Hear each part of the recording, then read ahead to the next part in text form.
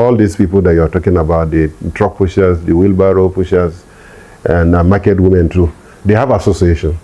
And we normally engage them through the associations, making them to understand that this road, the regulations that we're talking about, is not only for vehicle owners, like you rightly pointed out, or tricycle owners or motorcyclists, the pedestrians too, and any other person that is a stakeholder on the road system has a responsibility to behave in such a manner that the safety of the person, the safety of other road users, and the general public is not compromised as the result of their wrong choices or as a result of what they do.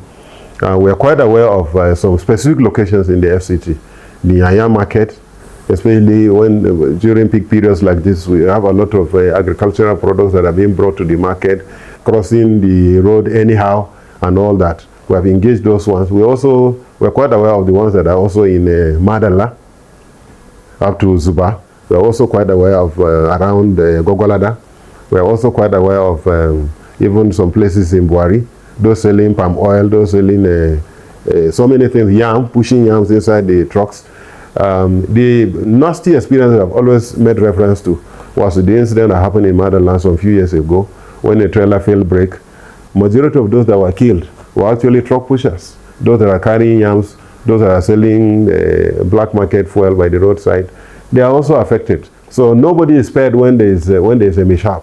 So because of that, the responsibility of ensuring that you do what you're supposed to do doesn't lie only with the person operating a motor vehicle or operating a motorcycle or operating a keke. Those that are pedestrians doing markets are also very important for them to notice. But most importantly, some of these activities doesn't really squarely rest with the FRSC, especially for us in the FCT. It's a multi-sectoral thing because there are other stakeholders that also need to check some of these things.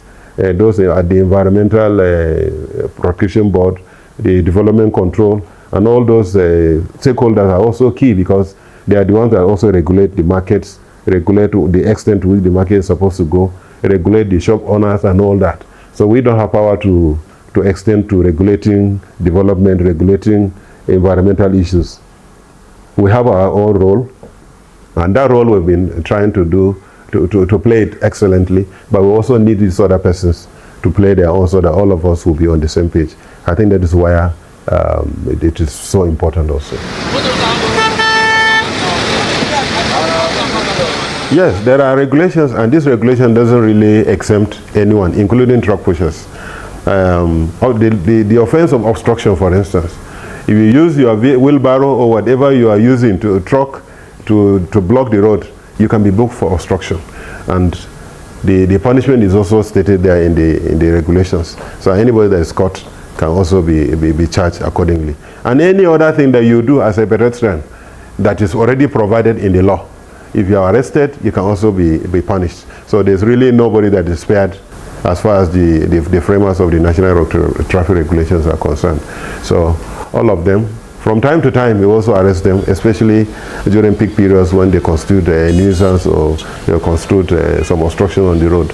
We carry them and insist that they should also be fined for them to learn lessons so that next time they will not do that. It's a multi-sectoral thing. We need the markets to go off the roads. We need the shops to go off the road. We need the collaboration of the Federal Ministry of Works who owns the road. We need the collaboration of other stakeholders, especially in the FCT, to ensure that the markets are well guarded.